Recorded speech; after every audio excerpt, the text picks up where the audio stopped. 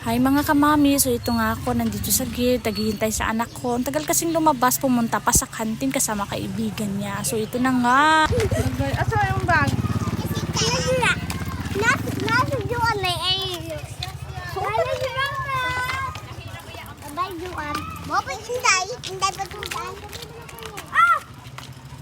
Papunta na nga kami sa motor namin dahil kailangan ko nang umuwi dahil iniwan ko pa yung isa kong anak naghihintay doon sa bahay. Kaya naman, ito si ate paakyat na sa motor.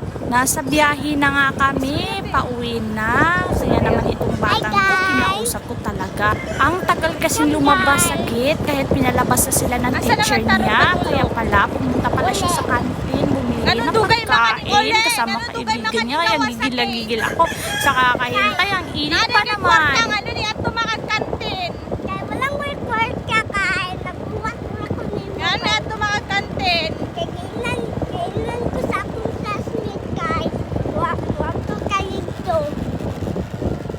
Ito na nga yung kalabasan sa batang iniwan ko. Grabe yung iyak, hindi mapigilan. Naku po!